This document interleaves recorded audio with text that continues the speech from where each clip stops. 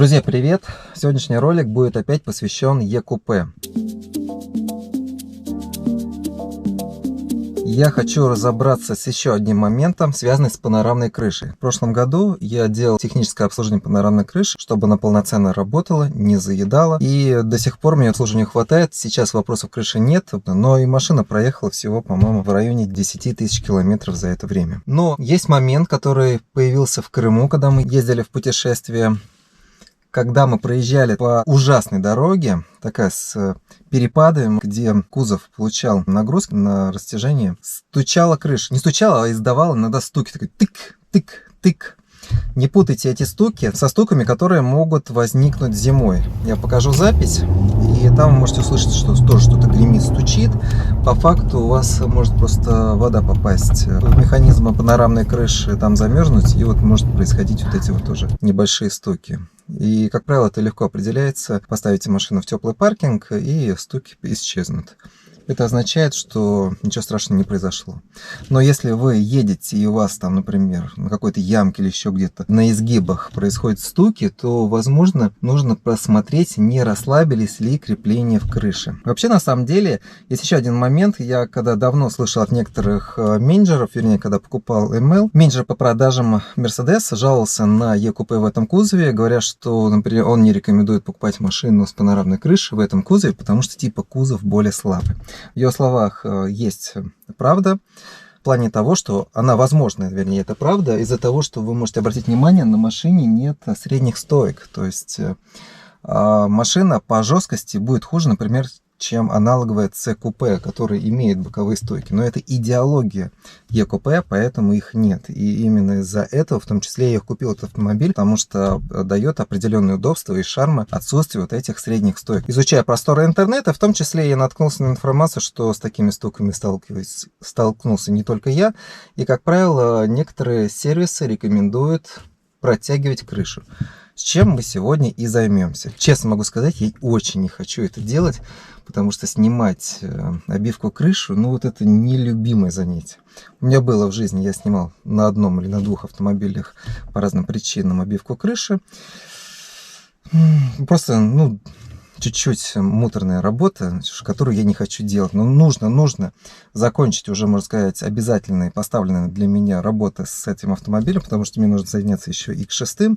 Хочу эту машину отогнать, пригнать X6 и с X6 тоже поработать. Давайте сегодня я с вами буду снимать обивку крыши, смотреть на крепление панорамной крыши и, возможно, нужно что-то подтягивать. Я еще буду применять соответствующий герметик для укрепления, упрочнения моментов затяжки. Что мы будем сегодня делать? Для снятия обивки нам понадобится снять вот эту пластиковую накладку, которая прикрывает датчики дождя, камеру и еще что-то. Снять по ходу придется зеркало, снять блок управления кнопок, снять солнцезащитные козырьки, снять ручки. Возможно, придется снять вот эту штуку. И, скорее всего, здесь будет еще 3 клипсы. То есть здесь, скорее всего, будет большая часть будет на болтах, на креплениях вспомогательных элементов. Которые есть на потолке. А вот здесь, скорее всего, будут клипсы.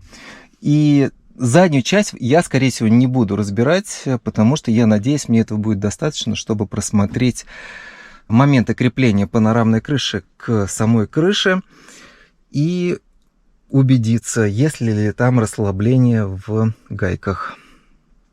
Я надеюсь опустить вот эту переднюю часть и надеюсь, что доступа мне будет достаточно. И, скорее всего, мне, наверное, придется снять боковую обивку вдоль лобового стекла. В интернете я не нашел видео по снятию обивки крыши на Е-купе в 207 кузове, поэтому в том числе я делаю это видео, чтобы вам это был как аналог, что делать, как делать. Но могу сразу подсказать, так как это соплатформенник, это автомобиль соплатформенник Цешки в 204 кузове, вот как раз по Цешке в 204 кузове есть видео, в том числе и на YouTube, как снимать обивку двери, и в принципе будет что-то подобное. Поехали! Снимаем обивку крыши, не обивку двери, обивку крыши. Снимаем обивку крыши и смотрим на затяжку панорамной крыши к самой крыше. Для удобства я сейчас открою все-таки крышу. Открою крышу и все стекла. Отключил питание в машине.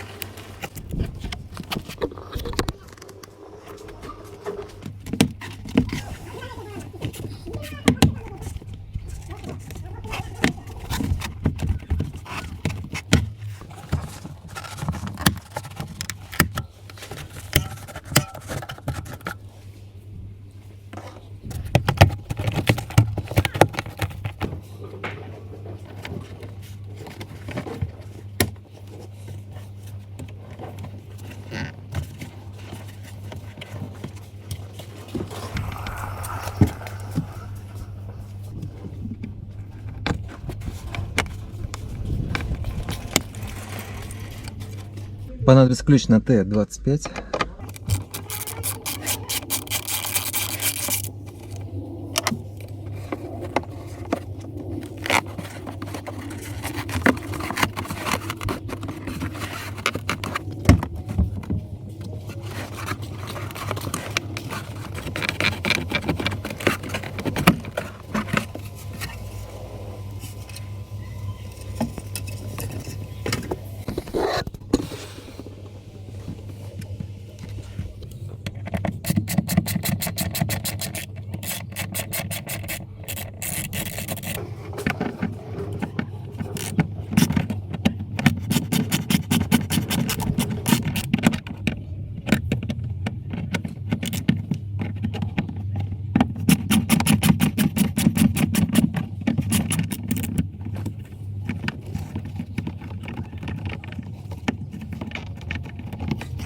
Так, ну что, вам, наверное, плохо будет видно. Сейчас я сниму последний элемент, который я буду разбирать. Не знаю, возможно, придется все-таки здесь тоже отсоединять. Не хочу это делать, но посмотрим. Снимаю вот эти вот... Ну что, стал заедать. Крыша провисла.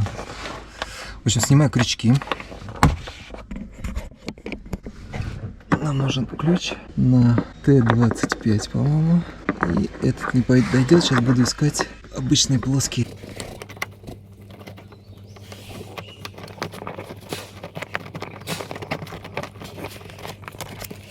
Так, ну что, друзья, пытаемся снять уже крышу. Мы освободили вроде большинство креплений. Я сейчас пытаюсь снять, оттянуть вниз переднюю часть. Посмотрю, даст мне это что-то. И понадобится ли мне снимать задние крепления.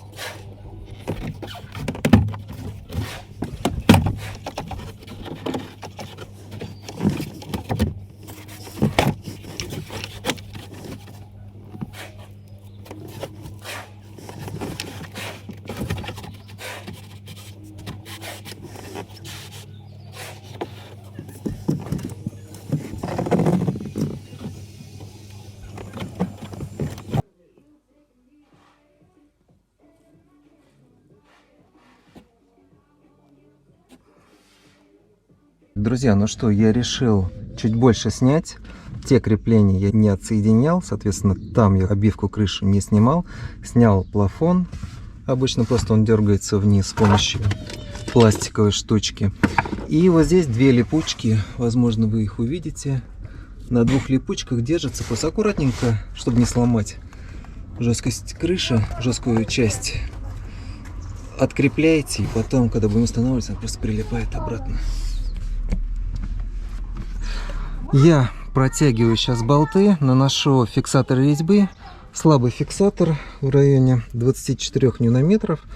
Это, например, что с такой где-то даже чуть больше, с большим усилием закручиваются свечи в алюминиевый блок. То есть довольно-таки слабые. И все. Буду собирать обратно.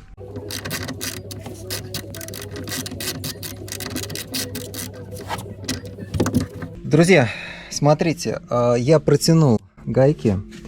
Честно могу сказать, что часть я поставил на клей, часть, особенно в конце, ну, несколько я оставил без клея. Но на самом деле, я думаю, что вот эти гайки не являются источником шума. Кстати, я эти тоже протянул, все протянул. Но я нашел здесь гайку к усилителю, а именно вот здесь. Сейчас. Можно было на самом деле не разбирать крышу. Вот здесь вот есть гайка.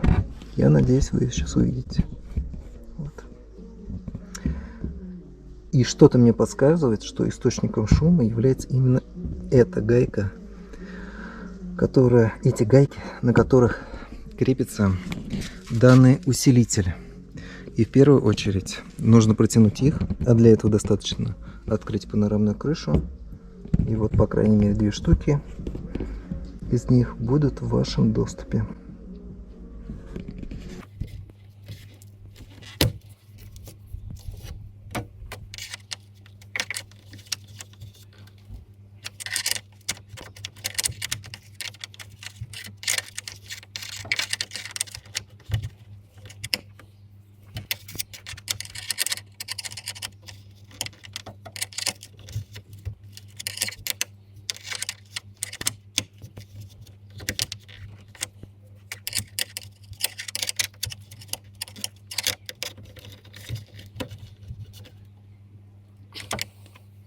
Но, в принципе, и все. Нам осталось собрать крышу обратно, прокатиться и посмотреть, будут ли посторонние стуки и шумы.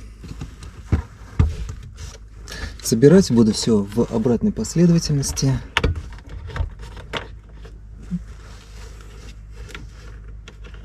Личных запчастей остаться не должно.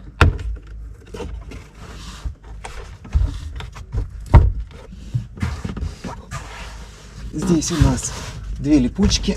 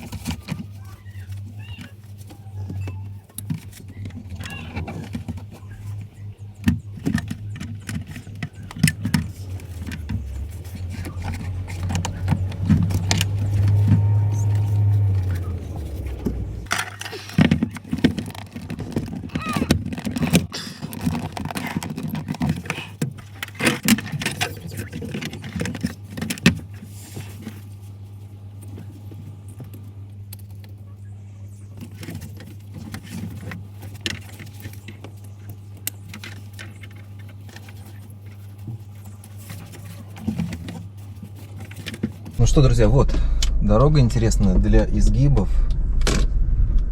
чтобы послушать. Вроде что-то стало тише, появились другие шумы. Сейчас я пытаюсь для эксперимента еще снять заднюю шторку, которая вплотную прикреплена к заднему стеклу.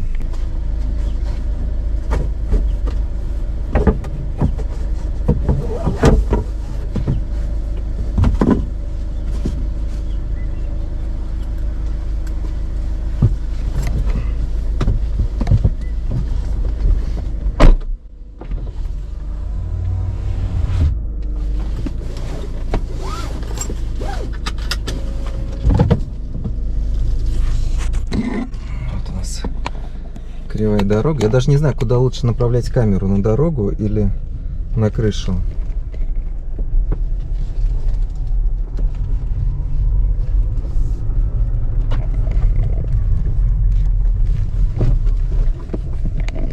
Давайте я вот так буду снимать. И вам и крышу будет слышно, и дорогу видно.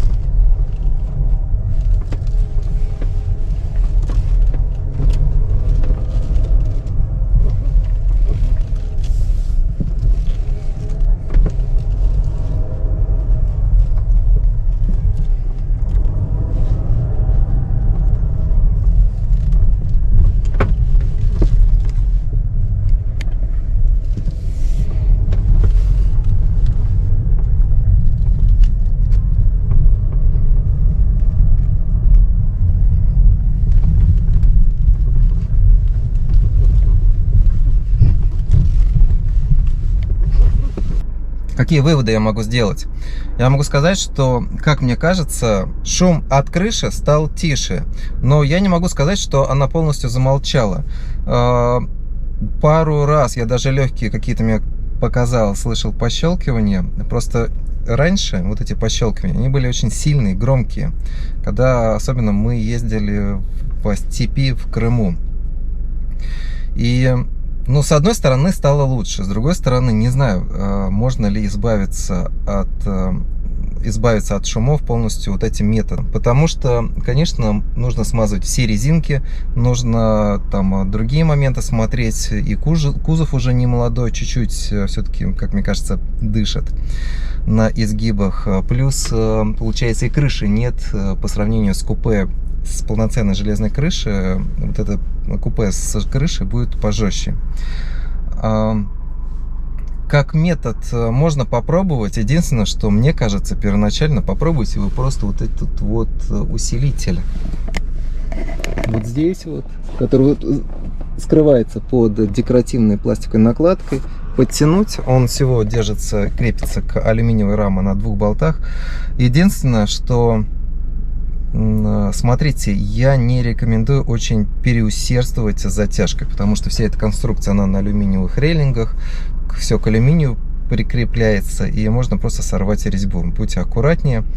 Какой-то эффект есть, не могу сказать, что он 100%. Все, машина стала тихая, появились какие-то, стали слышны другие звуки от дверей, от резинок. Просто, возможно, сейчас еще такая погода, какая-то такая непонятная, преддождевая, и, может быть, смазать надо резинки, может быть, из-за погоды, вот сейчас как-то резина более звучная. Вот такой момент. Но, с другой стороны, я вам показал, по крайней мере, как снимать обивку крыши, как устроена панорамная крыша, что можно там подтянуть, что нельзя подтянуть, из чего можно лучше начинать, а потом уже прибегать к снятию обивки крыши. Так что так, до новых встреч, друзья, пока. И да, чуть не забыл, если вам известны другие методы, что делать с панорамной крышей, помимо ее обслуживания, я показывал, как ее обслуживать, и регулярно обслуживаю, и смазываю резинки в крыше. Если вам что-то известно больше, пишите, также будет интересно, и прикладывайте свои ссылки.